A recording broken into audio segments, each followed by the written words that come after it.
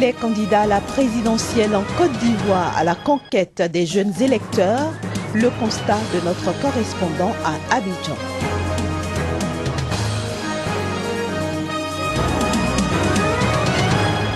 Report du verdict du procès des journalistes d'Al Jazeera accusés de diffusion de fausses informations. Ils seront fixés sur leur sort le 2 août prochain.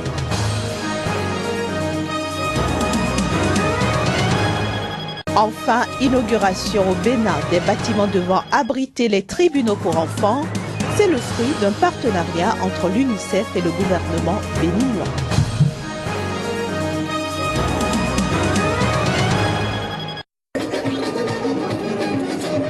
Yopougon, ici il y a une légende qui circule. En effet, il paraîtrait que les nouveau-nés apprennent à danser avant de faire la marche à quatre pattes. La musique est inscrite dans la gène et le rythme chevillé au corps. Cette frénésie devant les platines s'est emparée de beaucoup de jeunes. Certains, par contre, souhaiteraient faire un pas dans la vie active après les diplômes acquis. Aujourd'hui, nous les jeunes, nous inquiétons par rapport à notre avenir en Côte d'Ivoire parce qu'il y a trop de chômage. On veut que les gens nous écoutent, qu'ils tiennent compte de notre avis quand ils prennent des décisions. Nous avons trop écouté des discours, en vez du concret, nous sommes fatigués. Valérie, Delphine et Elodie sont des nouvelles majeures. Elles voteront pour la première fois à l'occasion des élections d'octobre. Comme la majorité des jeunes rencontrés sur cette place publique, elles ont décidé de venir écouter un candidat déclaré au présidentiel. L'honorable député de la commune de Port-Boué, Kouadieu Konan-Bertan, plus connu sous les initiales de KKB. S'assurant ainsi que ces jeunes aient pris part à l'opération d'enrôlement et de révision de la liste électorale, Kouadieu Konan-Bertan les a exhortés à redoubler de vigilance face aux marchands de rêves et grilleurs d'arachides. La vendeuse d'arachides du coin n'attendit pas ce discours de cette oreille. Elle a trouvé son fonds de commerce tout comme ce candidat au présidentiel. Mais lui reconnaît encore qu'il a en face un adversaire plus coriace. Allez-y donc, dans tous les villages, dans tous les hameaux, passez ce message d'espoir et expliquez aux jeunes que 2015, octobre, ce n'est pas le rendez-vous des billets de banque.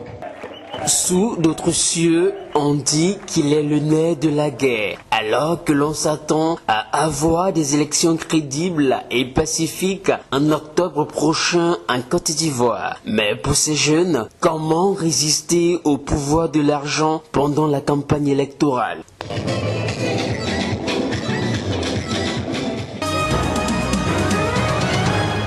De l'avis des acteurs, les tribunaux amis des enfants constituent un événement heureux tant la situation que vivent les enfants face à la justice est critique, particulièrement ceux qui sont victimes ou témoins d'abus, de violences et d'exploitation.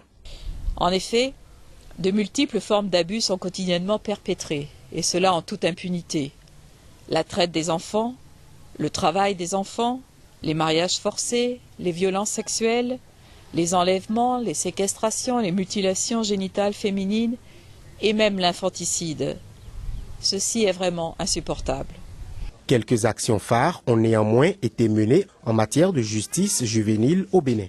La nomination de juges pour enfants et d'assistants sociaux dans la plupart des juridictions du pays, l'adoption du code de l'enfant ainsi que la mise en place dans les tribunaux d'un projet d'assistance juridique aux enfants, entre autres. Dans ce processus, des infrastructures spécifiques, adaptées et sensibles aux enfants, ont été installées et réceptionnées courant avril 2015.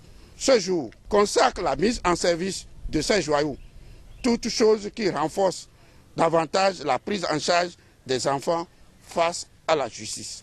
Divisée en deux sections, une pour les enfants en conflit avec la loi, l'autre pour les enfants victimes ou témoins, le coût des locaux s'élève à environ 22 millions de francs CFA.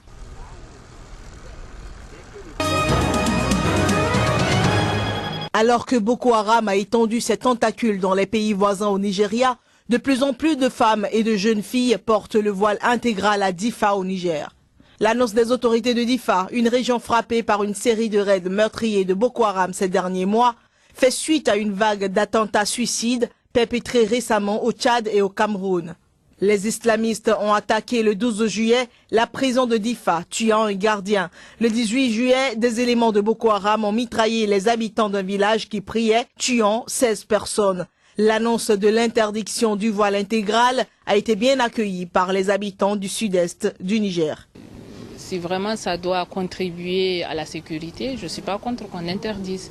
Du moment où ce n'est pas intégral, on peut porter le foulard, on peut... De toute façon, le port en fait, ce n'est pas obligatoire, ce n'est pas religieux, c'est culturel. Si vraiment ça peut apporter un plus dans la sécurisation de la population, de la région de Difa, notamment sur le territoire nigérien, je salue vraiment cet acte. Mais quand même, il ne faut pas qu'on abuse, parce que l'islam a déjà préconisé que la femme doit porter un voile. Si c'est pour des raisons sécuritaires, je ne suis vraiment pas contre.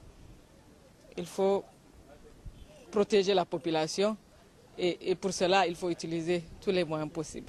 Malheureusement, c'est à travers elle que ces mouvements bandits-là profitent pour semer des crimes odieux envers nos populations. Le Niger est engagé depuis le début de l'année aux côtés des armées du Nigeria, du Tchad et du Cameroun dans une opération militaire régionale lancée contre Boko Haram. Le Nigeria vient de nommer le général Iliya Abba comme chef de la force militaire régionale chargée de combattre les insurgés islamistes de Boko Haram.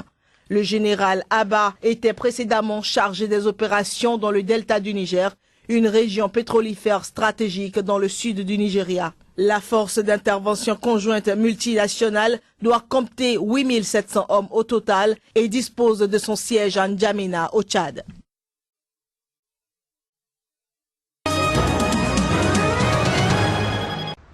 En se rendant au tribunal, ils espéraient que la justice trancherait et les fixerait enfin sur leur sort. Mais hélas, les 3 journalistes devront à nouveau prendre leur mal en patience, le procès étant reporté une fois de plus, emportant leurs espoirs d'une fin rapide du calvaire judiciaire. La semaine dernière s'est avérée dure pour moi parce que je pensais toujours à mon sort et à la possibilité de retourner en prison. Aujourd'hui, j'ai fait ma valise et j'ai apporté mes vêtements, ma brosse à dents et ma tenue de prison au cas où quelque chose de grave nous arriverait.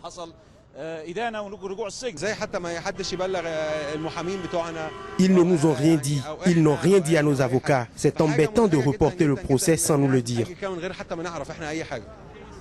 Arrêtés en décembre 2013, les 3 hommes ont été détenus pendant plusieurs mois. Ils sont accusés d'avoir diffusé de fausses informations destinées à soutenir le mouvement des frères musulmans dont est issu l'ex-président Mohamed Morsi. Lors de leur premier procès en juin 2014, le tribunal avait condamné les reporters australiens et canadiens à 7 années d'emprisonnement et le reporter égyptien à 10 années. Évoquant le lion abyssin emblématique de l'Éthiopie, c'est cette somptueuse crinière noire qui fait la renommée de Cécile, attraction numéro 1 du grand parc national de Hwange, jusqu'à sa mort début juillet après une interminable traque. C'était l'un des plus beaux animaux, soupire Johnny Rodrigue, un défenseur des animaux au Zimbabwe. Cécile, tuée par un chasseur américain, a laissé le souvenir d'un lion majestueux et superbe qui se déplaçait tel un maître. Blessé d'un tir de flèche, le lion a été poursuivi par le chasseur qui l'a recherché pendant 1 jour et demi avant de le retrouver et de l'achever. Avant que le scandale suscité par sa mort n'éclate il y a quelques jours, Cécile était le chouchou des 50 000 touristes qui visitent Hwange chaque année. Aujourd'hui, sa tête découpée pour être conservée comme trophée, une pratique habituelle après ce genre de chasse au gros gibier, est aux mains des autorités. C'est injuste et déloyal. J'ai vu des photos de lui aux informations avec d'autres animaux qu'il avait braconnés. Je me suis demandé de quoi il était fier. Le lion ne vous a pas agressé. Vous n'êtes pas allé dans la nature pour chasser un animal sauvage. Vous y êtes allé pour chasser un animal presque apprivoisé, qui a l'habitude de voir des gens. Vraiment, quelque chose doit être fait. Justice doit être rendue et doit condamner les complices. Really, something needs to be done. Le meurtre de Cécile Le Lion n'est pas normal du côté des chasseurs professionnels et du propriétaire du terrain. Parce que d'après les reportages des médias, le propriétaire de la terre ne possédait pas de permis pour chasser le lion, donc c'était illégal. Ceux qui ont fait ça devront répondre de leurs actes devant la loi et payer les péchés qu'ils ont commis. Ce lion mâle de 13 ans était père d'une douzaine de lionceaux, tous nés comme lui dans ce parc, la plus grande réserve animalière du pays. En dépit de sa crinière hors du commun, Cécile était un lion ordinaire répertorié dans la classification officielle sous le nom latin Panthera leo. Dans sa savane, Cécile portait un collier GPS dans le cadre des recherches financées par l'université britannique afin de recueillir des informations sur le mode de vie des lions et leur longévité. Pour l'histoire, Cécile était un prénom choisi pour honorer l'ancien colonisateur du pays, le magnat minier britannique Cecil John Rhodes, aperçu pour la première fois il y a 7 ans au bord d'un point d'eau. Il était au crépuscule de sa vie. Les lions dans leur milieu naturel vivent en général jusqu'à 14 ans.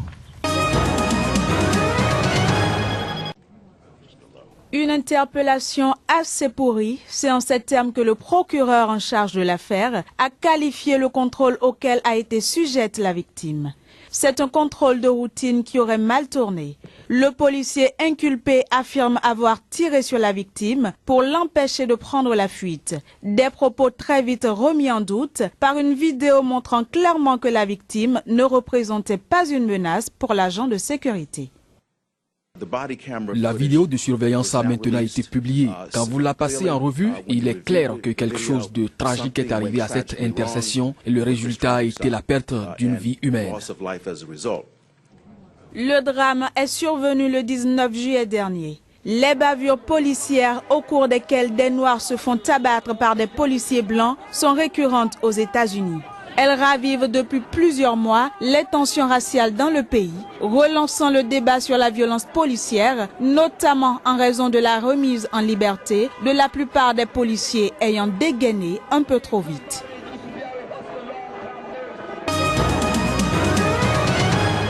Mercredi soir, à la tombée de la nuit, 100 à 150 migrants jouaient une fois encore au chat et à la souris avec les forces de l'ordre.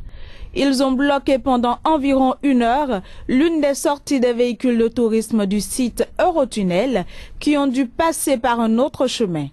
Ces dernières semaines, le site a été assailli quotidiennement par des migrants bloqués à Calais, mais prêts à le traverser coûte que coûte. L'exploitant du tunnel s'est dit mercredi dépassé par la situation.